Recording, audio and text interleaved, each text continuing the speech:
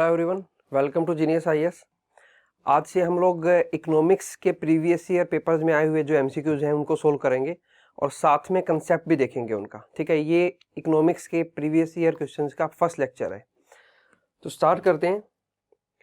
First question जो है, who is called the father of modern economics. तो modern economics के फादर किन्हें बोला गया है? सो मॉडर्न इकोनॉमिक्स के फादर बोला गया है एडम स्मिथ को। एडम स्मिथ के बारे में आपको एक दो चीज और ध्यान रखनी है। इनकी एक बुक थी काफी फेमस, वेल्थ ऑफ नेशंस। तो कई बार डायरेक्टली एग्जाम्स में ये पूछ लेते हैं कि वेल्थ ऑफ नेशंस बुक किसकी है। दूसरा, इन्होंने एक थ्योरी दी थी जिसका नाम है invisible hand theory. Invisible hand theory क्या बोलती है? ये बोलती है कि अगर आप मार्केट को फ्रीली ग्रो करने दोगे तो सोसाइटी पे उसका पॉजिटिव इंपैक्ट पड़ेगा हमेशा। आई रिपीट, अगर मार्केट फ्रीली ग्रो करेगी, ठीक है, तो उसका हमेशा सोसाइटी पे एक पॉजिटिव इंपैक्ट पड़ेगा। कैसे समझाया इन्होंने इस चीज को? एक इन हैंड की तरह की दिखाया कि जैसे हैंड है और ये अलग अलग उंगलियां हैं, तो ये अलग अलग उन्होंने बेनिफिट दिखाए कि अगर कंपटीशन और सेल्फ इंटरेस्ट को प्रमोट किया जाएगा, कंपटीशन और सेल्फ इंटरेस्ट को प्रमोट किया जाएगा मार्केट में, तो उससे क्या बेनिफिट होगा? Profit seeking producers will make more, need of the society automatically meet, government does not get involve, competition keep the quality high, competition keep the price low. तो competition की वजह से क्या चीजें हो रही हैं कि एक तो चीजों की कमी नहीं होगी। जब कंपटीशन होगा तो मार्केट में चीजों की कमी नहीं होगी। कंपटीशन की वजह से एक दूसरे को compete करने के लिए और ज्यादा चीजें बनाएगा। ज्यादा चीजें मार्केट में होगी तो उनका प्राइस रेगुलेट रहेगा, गवर्नमेंट को ज्यादा इंटरफेयर करना नहीं पड़ेगा। ठीक है, तो ये इसलिए ये बेसिक सा है, हमें बहुत ज्यादा डिटेल में जाने की रिक्वायरमेंट नहीं है। सिर्फ आपको इतना पता होना चाहिए कि इनविजिबल हैंड थ्योरी जो है वो एडम स्मिथ ने दी थी और उसका ये मानना है कि अगर मार्केट को फ्रीली ग्रो करने दिया जाएगा तो उसका एक पॉजिटिव इंपैक्ट होगा हमेशा, जो इनविजिबल होगा सोसाइटी के ऊपर। ठीक है, नाउ नेक्स्ट है पॉल क्रूगमैन। पॉल क्रूगमैन इज या एन क्या थे? ये एक इकोनॉमिस्ट थे। ठीक है, इन्होंने एक थ्योरी दी थी, new trade theory.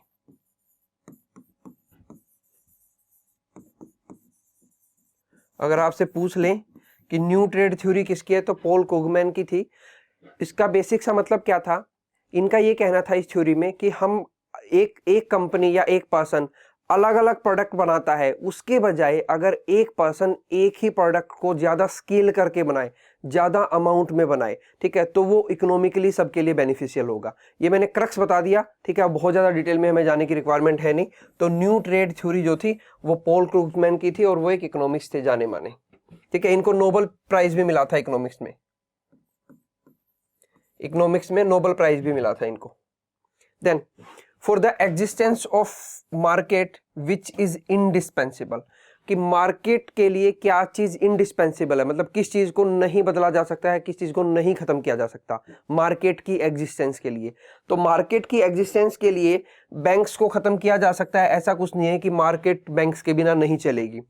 Economic law को भी खत्म किया जा सकता है, ठीक है, और ट्रेड यूनियंस को भी खत्म किया जा सकता है। लेकिन मार्केट सारी की सारी प्राइस पे ही तो डिपेंड करती है। अगर प्राइस ही नहीं होगा चीजों का तो फिर मार्केट रहेगी ही नहीं। ठीक है, तो प्राइस इज इंडिस्पेंसिबल। अगर मार्केट को रखना है तो प्राइस को रखना पड़ेगा, क्योंकि प्राइस से के ही चारों तरफ इकोनॉमिक्स का खेल खेला जाता है। इकोनॉमिक्स का सीधा सीधा डायरेक्टली मतलब ही प्राइस से है। ठीक है, तो price is something that is indispensable. Indian economy is characterized as, Indian economy को क्या बोलेंगे? Backward economy, developed economy, developing economy और अंडर डेवलप्ड इकोनॉमी। ठीक है, तो हमारी इकोनॉमी जो काउंट होती है वो काउंट होती है डेवलपिंग इकोनॉमी में। डेवलप्ड इकोनॉमी में काउंट होते हैं यूएसए जैसी कंट्री, कनाडा, यूएसए या फिर यूरोपियन कंट्रीज हैं, वो काउंट होती हैं। ठीक है, अंडर डेवलप्ड कंट्रीज में या अंडर डेवलप्ड इकोनॉमी में काउंट होती हैं most of the African country. Africa की जितनी भी कंट्री है, मोस्ट ऑफ द कंट्रीज वो काउंट होती हैं अंडर डेवलप्ड इकोनॉमी में। देन नेक्स्ट है Gandhian economy is based on the principle of, कि गांधी जी जो थे उनकी इकोनॉमी का क्या प्रिंसिपल था? तो उनकी इकोनॉमी का सिंपल सा प्रिंसिपल था कोऑपरेशन, या आप बोल सकते हो ट्रस्टीशिप। गांधी जी जो थे वो विलेज इकोनॉमी के फेवर में थे, वो फेवर में थे स्वराज के। स्वराज का मतलब सेल्फ रूल। कॉटेज इंडस्ट्री को फेवर करते थे वो, मतलब विलेज इंडस्ट्री होनी चाहिए, तभी इंडिया डेवलप हो सकता है। और ये सारी की सारी फिलोसफी जो थी उनकी ट्रस्टीशिप पे डिपेंड थी। ठीक है, तो गांधीयन इकोनॉमी जो थी वो ट्रस्टीशिप पे डिपेंड थी, ना ही तो वो स्टेट कंट्रोल चाहते थे और ना ही एज सच कुछ कंपटीशन चाहते थे। Next, who among the following had propounded the concept of trusteeship? ये हमने अभी देखा ही है, तो गांधी जी ने प्रोपाउंड किया था ट्रस्टीशिप का concept.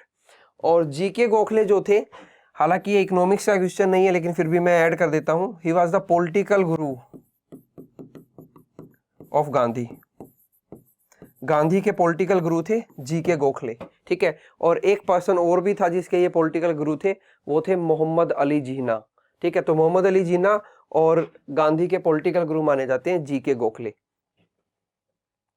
Which of the following is the major feature of Indian economy? Indian economy का मेजर फीचर कौन सा है? वैसे तो इंडियन इकोनॉमी के बहुत सारे फीचर है, तो हमें बताना है कि इनमें से सबसे मेजर फीचर कौन सा है।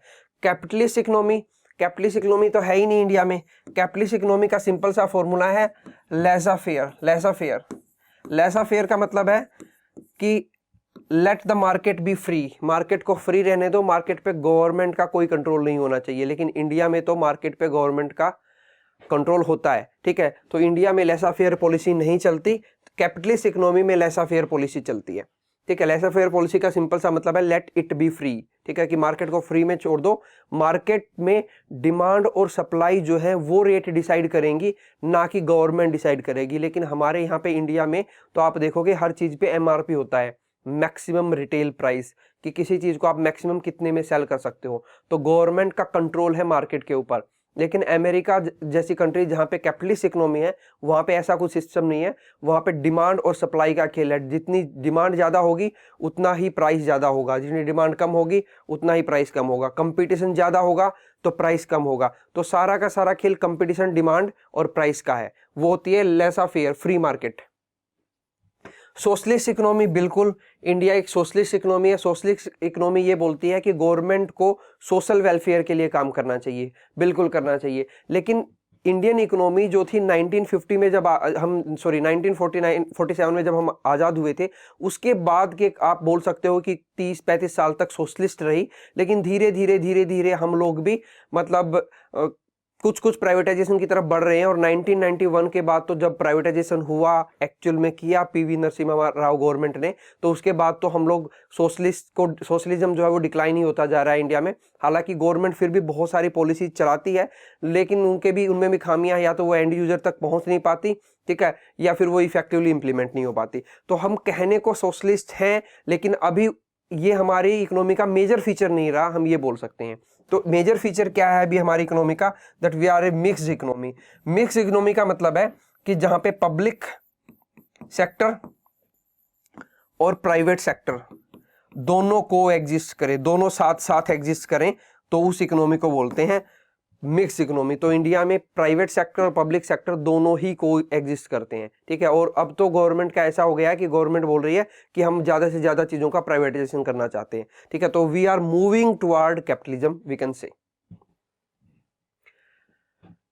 इंडियन इकोनॉमी इज, तो ये हमने ऑलरेडी कर लिया कि इंडियन इकोनॉमी जो है मिक्स इकोनॉमी है। वैसे सोशलिस्ट भी है, ठीक है, लेकिन इनमें से बेस्ट ऑप्शन जो रहेगा वो सी रहेगा, मिक्स इकोनॉमी।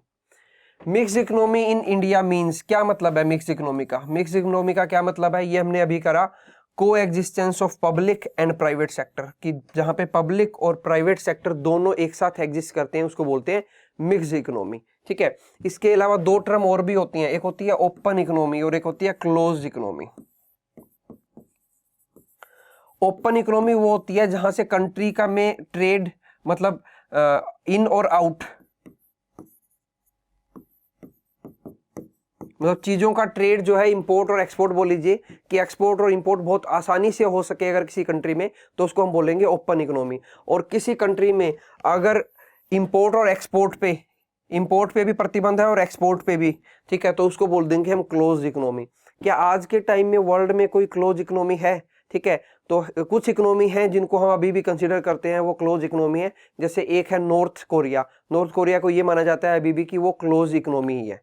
ठीक है, then credit of developing the concept of modern economic growth goes to, ये क्रेडिट किसको जाता है? मॉडर्न इकोनॉमिक ग्रोथ को डेवलप करने का ये जाता है साइमन कुजनेट। साइमन कुजनेट इन्होंने एक कर्व दिया था जिसको बोलते हैं कुजनेट कर्व। कुजनेट कर्व ये बोलता है, वो एक रिलेशनशिप एस्टैब्लिश करता है इनइक्वालिटी और पर कैपिटा इनकम के बीच में, ठीक है। पर कैपिटा इनकम का मतलब होता है किसी भी कंट्री की इकोनॉमी को उस कंट्री की पॉपुलेशन से डिवाइड कर दो तो पर कैपिटा इनकम निकलाती है, ठीक है। अब तो कुजनेट कर्व ने ये बोला कि जैसे जैसे पर कैपिटा इनकम बढ़ेगी, ठीक है, वैसे वैसे एक बार तो इनइक्वालिटी बढ़ेगी, पर कैपिटा इनकम के साथ एक बार इनइक्वालिटी बढ़ेगी, लेकिन एक मैक्सिमम पीक आएगा, उसके बाद इनइक्वालिटी जो है वो कम होती जाएगी। ये सिंपल सा कंसेप्ट था जो कुजनेट कर्व का था। बहुत डिटेल में हम जाएंगे नहीं, क्योंकि इकोनॉमिक्स में हार्डकोर इकोनॉमिक्स नहीं पढ़ना, हमें सिर्फ बेसिक कंसेप्ट पढ़ने हैं। तो ज़्यादा से ज़्यादा आपसे ये पूछा जा सकता है कि कुजनेट कर्व किसके बीच में है, तो वो इनइक्वालिटी और इनकम पर कैपिटा इनकम के बीच में है। इससे ज़्यादा पूछा भी नहीं जाएगा किसी एग्जाम में, ठीक है। Then under developed countries are the slums of the world economy. ये बात किसने कही थी? ये बोली थी A.N. क्रेनक्रॉस ने। A.N. क्रेनक्रॉस ने बोली थी that under developed countries are the slum of the world. मैंने आपको बताया अंडर डेवलप्ड कंट्री जो है वो मोस्ट ऑफ द कंट्रीज फिलहाल जो है वो अफ्रीकन कंट्रीज हैं। अफ्रीकन कॉन्टिनेंट ही पूरा, most of the continent is under developed. Which among the following is characteristic of अंडरडेवलपमेंट? अंडरडेवलपमेंट का क्या कैरेक्टरिस्टिक है कि क्यों होता है अंडर डेवलपमेंट, क्या मेन रीजन है, क्या मेन कैरेक्टरिस्टिक है उसका? तो मेन कैरेक्टरिस्टिक है विशियस साइकिल ऑफ पॉवर्टी, कि वो लोग पॉवर्टी की एक ऐसी विशियस साइकिल में फंसे हुए हैं कि उस साइकिल से निकल पाना पॉसिबल ही नहीं है, ठीक है। वो कौन सी विशियस साइकिल है? लो इनकम है लोगों की, पॉवर्टी है, लो इनकम की वजह से उनकी सेविंग कम होगी, सेविंग कम होगी तो वो इन्वेस्ट कम करेंगे, इन्वेस्ट कम करेंगे तो पर कैपिटा इनकम लो होगी, ठीक है। लो प्रोडक्टिविटी होगी, लो प्रोडक्टिव मतलब प्रोडक्शन कम होगा, प्रोडक्शन कम होगा तो एम्प्लॉयमेंट, लोगों को रोजगार कहां से मिलेगा, रोजगार नहीं मिलेगा तो पॉवर्टी जो है वो बनी रहेगी। एक बार दोबारा से समझते हैं, अगर इनकम कम है लोगों की किसी कंट्री के तो वहां पे सेविंग भी कम होगी, उन लोगों की सेविंग कम होगी तो वो लोग इन्वेस्ट नहीं कर पाएंगे, ज्यादा इन्वेस्ट नहीं करेंगे तो नया बिजनेस नहीं आएंगे, नए काम नहीं आएंगे, नए काम नहीं आएंगे तो लोगों को रोजगार नहीं मिलेगा, एम्प्लॉयमेंट लो रहेगा, एम्प्लॉयमेंट लो रहेगा तो अल्टीमेटली लोग फिर से पुअर रहेंगे, गरीब रहेंगे।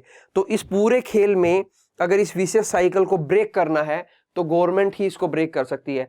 कहां ब्रेक कर सकती है गवर्नमेंट? यहां पे इन्वेस्टमेंट को अगर गवर्नमेंट बढ़ा दे, तो गवर्नमेंट इन्वेस्टमेंट को अगर गवर्नमेंट बढ़ा दे तो इन्वेस्टमेंट बढ़ जाएगा तो प्रोडक्टिविटी बढ़ जाएगी, प्रोडक्टिविटी बढ़ेगी तो एम्प्लॉयमेंट बढ़ जाएगा, एम्प्लॉयमेंट बढ़ जाएगा तो पॉवर्टी नहीं रहेगी, लोगों के पास रोजगार होगा तो पॉवर्टी ब्रेक होगी, पॉवर्टी ब्रेक होगी तो सेविंग बढ़ेगी, सेविंग बढ़ेगी तो इन्वेस्टमेंट बढ़ जाएगी। तो इस विशेष साइकिल को ब्रेक करने का काम जो है वो गवर्नमेंट कर सकती है, पब्लिक एक्सपेंडिचर या पब्लिक इन्वेस्टमेंट को बढ़ा के, ठीक है।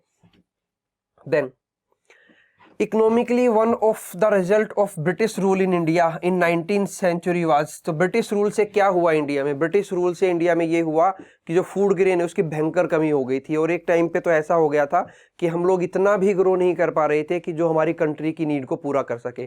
तो उस वक्त हम अमेरिका से वीट और ग्रेन्स जो वीट ग्रेन जो है वो अमेरिका से इंपोर्ट करने लग गए थे, ठीक है। तो उन्होंने क्या किया, ब्रिटिशर्स ने कमर्शलाइजेशन कर दिया एग्रीकल्चर का, ठीक है, जिसमें जो वीट्स थे खाने के लिए जो हमें चाहिए थे, वीट राइस, उन चीज़ों की खेती को कम कर दिया और कमर्शियल एग्रीकल्चर को ज़्यादा से ज़्यादा बढ़ावा दिया, क्योंकि उन लोगों को कमर्शियल एग्रीकल्चर से ज़्यादा बेनिफिट होता था, ठीक है। तो commercialization of Indian agriculture was the main feature during British rule, ठीक है। Then emergence of economic globalism does not imply the decline of socialist ideology। तो ये समझने के लिए पहले तो आपको सोशलिस्ट आइडियोलॉजी समझनी पड़ेगी कि सोशलिस्ट आइडियोलॉजी क्या बोलती है। सोशलिस्ट आइडियोलॉजी ये बोलती है कि सोशल वेलफेयर होना चाहिए, ज़्यादा से ज़्यादा लोगों का वेलफेयर होना चाहिए। तो सोशलिज्म बात करता है यूनिवर्सलिज्म की, ठीक है। तो सेकंड एक बार पढ़ लेते हैं। Ideology of socialism believe in universalism, बिल्कुल ठीक है। ग्लोबलिज्म, बिल्कुल ठीक है। ये रीजन सही है, रीजन सही है, ठीक है। असर्शन भी सही है और ये इसकी करेक्ट एक्सप्लेनेशन है। एमरजेंस ऑफ इकोनॉमिक ग्लोबलाइजेशन का मतलब ये नहीं होगा कि डिक्लाइन ऑफ सोशल आइडियोलॉजी, ऐसा कुछ नहीं है कि इकोनॉमिक ग्लोबलाइजेशन बढ़ेगा तो सोशल आइडियोलॉजी डिक्लाइन होगी। आप लोग अमेरिका का ही एग्जांपल देख लो कि वहाँ पे गवर्नमेंट के पास अच्छा खासा पैसा है तो वो सोशल स्कीम में ज़्यादा से ज़्यादा लगाती है पैसे को। इंडिया में पैसे की कमी है तो सोशल स्कीम में ज़्यादा लगा ही नहीं पा रही। तो इकोनॉमिक ग्रोथ होगी तो सोशलाइजेशन बढ़ेगा, उससे सोशल इकोनॉमी जो है, सोशल आइडियोलॉजी जो है वो कम नहीं होने वाली। ठीक है, सोशल आइडियोलॉजी कहीं ना कहीं बढ़ेगी अगर इकोनॉमिक ग्रोथ होगी। गवर्नमेंट के पास स्पेंडिंग के लिए पैसा होगा तो भी तो वो लोगों पे खर्च कर पाएगी। ठीक है, so both statements are true and both A and are true and are is the correct explanation of ए। ठीक है, तो ये हमारा पहला लेक्चर था जिसमें हमने कुछ इकोनॉमी के क्वेश्चंस को जो प्रीवियस ईयर पेपर्स में पीसीएस या यूपीएससी में पूछे गए हैं। ठीक है, और जहाँ पे भी कुछ कंसेप्ट हुए या कुछ इन्फॉर्मेशन मैं ऐड कर पाया तो मैंने वो ऐड किया। इस सीरीज को हम ऐसे ही कंटिन्यू रखेंगे। इसके साथ साथ पैरेलल में हमारी पॉलिटी की सीरीज भी चल रही है और इन्वायरमेंट की सीरीज भी चल रही है जिसमें हम प्रीवियस ईयर क्वेश्चंस को डिस्कस कर रहे हैं। Total round about 20,000 plus questions को हम कवर करेंगे इन नेक्स्ट 3 और 4 मंथ्स। ठीक है, तो आप देखते रहिए। अगर आपका कोई सजेशन है तो आप कोई क्वेरी है तो आप हमें कमेंट बॉक्स में लिख के बता सकते हैं। वीडियो अगर पसंद आ रहे हैं तो शेयर कीजिए, सब्सक्राइब कीजिए, चैनल को लाइक कीजिए वीडियो को। ठीक है, तो नेक्स्ट लेक्चर में फिर मिलेंगे। Till then take care, bye bye.